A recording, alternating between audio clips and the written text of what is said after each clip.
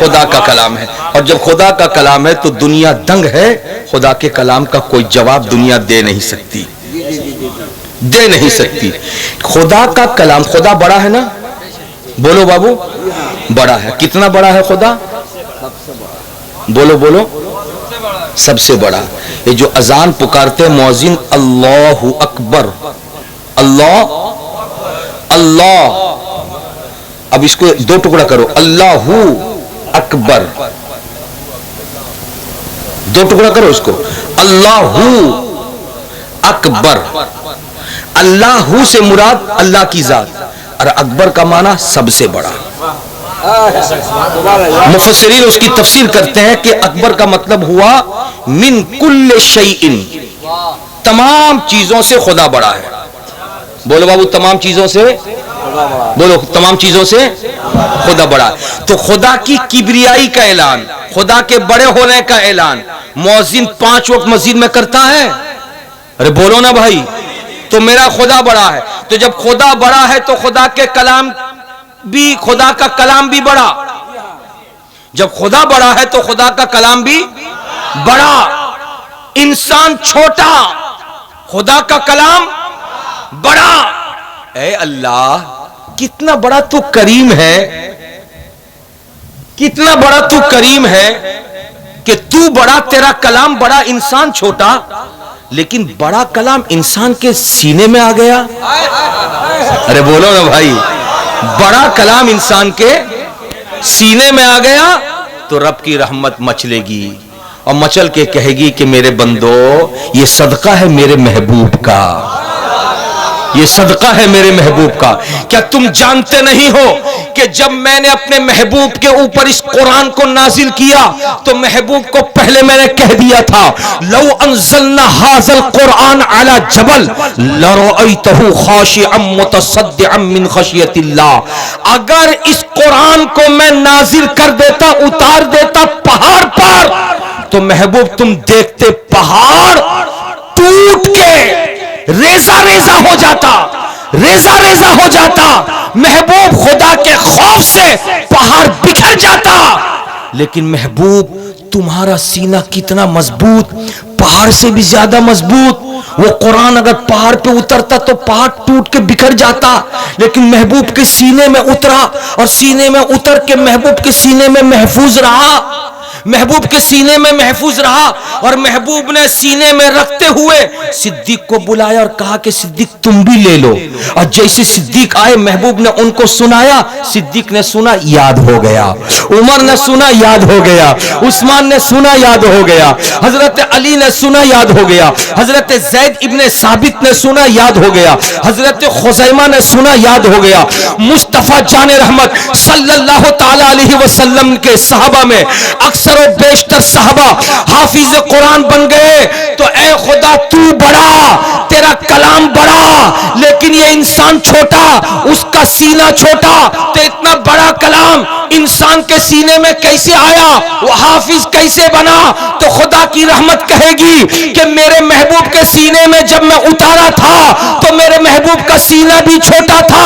میں خدا، میرا کلام بڑا، لیکن جب محبوب کے سینے میں نے اتار دیا، اس کا سینہ جب برداشت کر لیا، تو تم ان کے کلمہ پڑھنے والے ہونا، تم ان کے ماننے والے ہونا، تم ان کی محبت سینے میں رکھنے والے ہونا. یاد رکھو قرآن سے پہلے توریت میں نے اتارا موسیٰ علیہ السلام پر. توریت کے حافظ موسیٰ بنے، لیکن ان کا کلمہ پڑھنے والا کوئی حافظ نہیں بن سکا. میں نے توریت کے زمانے میں تو میں نے قرآن سے پہلے زبور بھی اتارا حضرت داؤد پر. اکیلے زبور کے حافظ حضرت داؤد، ان کا کلمہ پڑھنے والا کوئی حافظ نہیں. میں نے قرآن سے پہلے انجیل بھی اتارا.